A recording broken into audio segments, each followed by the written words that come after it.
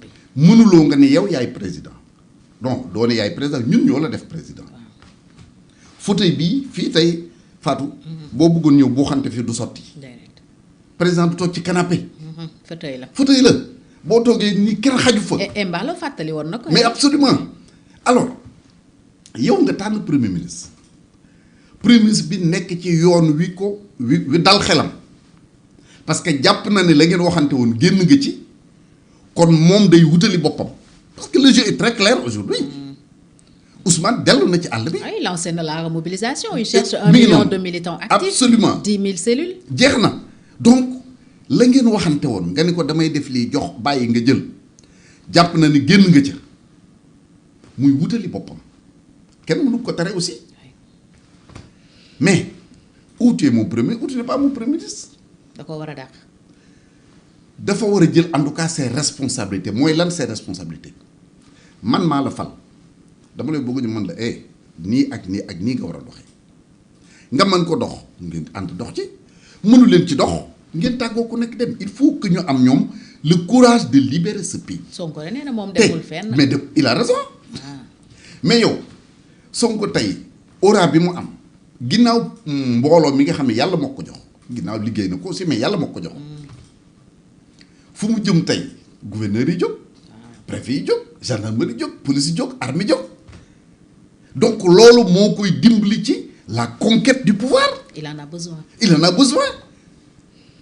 du mi ngi nii ne day dem mi ngi def tournée économique mais fu mu jëm ñëpp lay àndal mais bu nekkatul woon premier ministre ku muy àndal Waly Diouf Bodian ñu ànd ak moom. Fadilou Keita ak mon neveu Toussaint Manga ñoom lay àndal de xëy na am na ñeneen gens mais ñi ma dégg ñuy afficher seen position ñooñu lay doon avec quel moyen humain kon Sonko la mu jàpp ni moo koy jox la muy wut ma nga ca te kenn mu. surtout que aussi conquête du pouvoir bi c'était principalement lui. mais absolument démb ndeysaan maa ngi waxtaan ak jigéen ju baax yoo nga xam ni elle a fortement participé à la gestion de l'État mun naa ko bañ a tudd mu ni ma chaque jour damay ñaanal Sonko bay jooy te elle est très politique cette dame là ma ne ko ah bon munuma kuy jigéen sukk jur doom war nga ko yërëm ndax tous les sacrifices qu'il a fait pour ce pays et il est tout le temps trahi ah bon. ñu bëri nag jàpp nañ ne nag li ko tee bokk moom la de kenn teg ko. ah bien sûr. affaire Mame Mbaye Niang. xam nga man dama nettali gis-gisu nit. ok mais en vérité lu ko dal tey mais comme tu dis moo ko def boppam parce que am na loo nga xam ne su amul woon kon tey du ñu nekk fii mais malgré loolu terul Sénégalais yi pardonné lañ ko.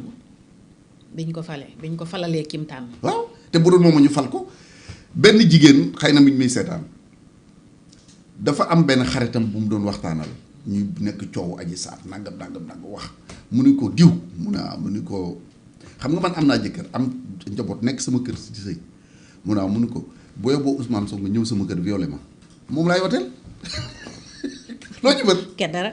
ça veut dire que. te dégg nañ ay góor wax loolu. voilà foofu la leen toll. foofu la leen toll. donc bu demee ba mu toll fu day dem wuti maintenant yow mi parce que nag ëllëg bu ñuy rendre compte attention du Ousmane Sonko mooy rendre compte de. au Sénégalais. c'est Diomaye qui va rendre compte. waaw yow mi ñuy jël oto def ci essence jënd oto bees jox la ni la utal chauffeur. yow transporteur nga peut-être utal chauffeur nga wut chauffeur bu mënta dawal wala chauffeur boobu boo ko nee demal Dakar mu dem Touba boo ko nee dem ëllëg gi si biir bu ñu la laajee versement nga ni non chauffeur bi ma ko santé defuloon lii ak lii alors que yaa ko jox oto tout ce qui se passe dans ce pays c'est la seule responsabilité du président de la République. mais le premier ministre est comptable. il n'est comptable de rien. xam nga lu tax. xam nga président wax na fi ni day yokk les pouvoirs du premier ministre. lan la yokk. super fort te la wax. lu mu yokk. yokkagul de. bu doon ni dañu tey il fait de sorte que le premier ministre par exemple mën a jël décision de faire un remaniement ministériel wala jël décision mën a dugal ministre génne ministre jël décision mën a nommer un DG mbaa mu dindi un DG mën a présider conseil des ministres loolu yi benn da ci am donc rien n'a été fait c'est le président moo concentré tous les pouvoirs comme ni ko constitution bi joxee kon nag moo ko sombi moo koy naan encore une fois je le dis je le répète man bokkuma Pastef bokkuma Diomaye président bokkuma leneen ak leneen bu doon mën a duñu falu mais le seul responsable de ce qui se passe dans ce pays c'est Diomaye. C'est personne d'autre. Réforme constitutionnelle yi mu annoncé keroog ci discours am lan nga ciy xaar code électoral conseil supérieur de la magistrature. alors sur le code électoral am na lu ma mës a wax ci sa plateau.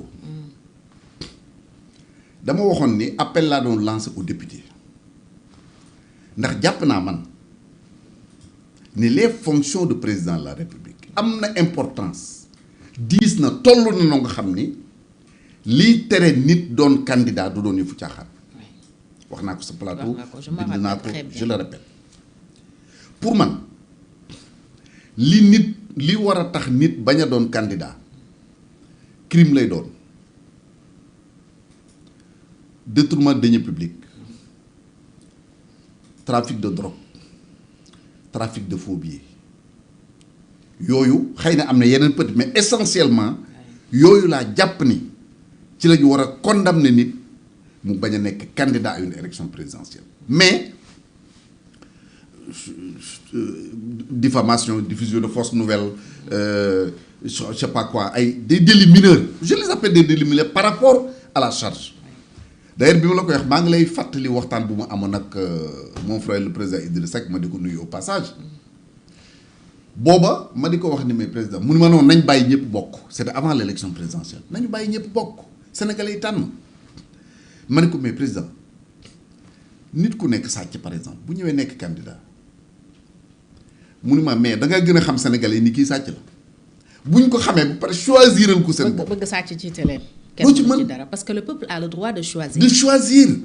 donc bu amee réforme bu may séntu pour man boobu ci la bokk. beneen bi nga xam ne wóor na ma ne duñ ko def mais c'est mon combat de tous les jours du ma ko bàyyi muy dindi la limitation du nombre de mandats du président de la République. boobu verrouillé nañ ko. waaw moom laa la wax moo tax ma ne xam na mais le peuple est souverain. waaw buñ ko bëggoon dindi ko te dañ ko war a dindi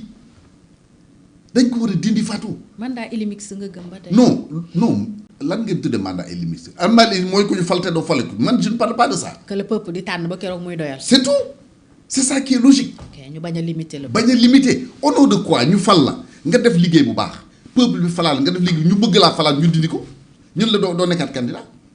Or le mandat du président de la République en France aux États-Unis en Allemagne en Italie ainsi de suite bokkul ak le mandat du président en Afrique particulièrement au Sénégal xam lu tax bokkuñu fu le président bi ñu koy fal bu ñu ko falee à la fin de son mandat duñu ko juger ci ñaata village la électrifié duñ ko juger ci ñaata kilomètres de goudron la defar duñ ko juger ci ñaata lycée la tabax ainsi de suite dañ koy juger sur des orientations économiques sur la bonne gouvernance ñun da ngay fal président yorul dërëm joxoo ko dara muy lijjanti ji lu mu defaree école lu mu defaree forage lu mu joxe ay bourses familiales lu mu joxe bourse étudiant lépp da koy lijjanti ji. notre budget est éternellement déficitaire. mais borom kër bi xam ni buy tëdd day jël dépense bi yëkkati nga gànnaay ni madame dépense baa ngi noonu su ko neexee bu wàccee midi dugg ci kër gi bu ñu ko teggalu añ mu toj kër gi waaye borom kër bi nga xam ni day mel ni man léeg-léeg bu ma xëy ni ay coro ba lijjanti leen ma dem te ñëw man nga toog ba 14 heures. wala midi jot nga ñëw naan ana añ bi. añ bi dafa naaje. bokkuñu donc loolu moo tax may wax ni le mandat du président de la République du loo nga xam dañ ko war a limiter. mais monsieur le ministre est-ce que loolu amul risque parce que quand même Afrique sax laay wax Sénégal particulièrement ci lañ bokk da ngay gis ku nekk au pouvoir ku mu yëg ne rek war nga koo mën a wuutu ci nguuram gi mu faagaagal la on l'a vécu à plusieurs reprises. oui.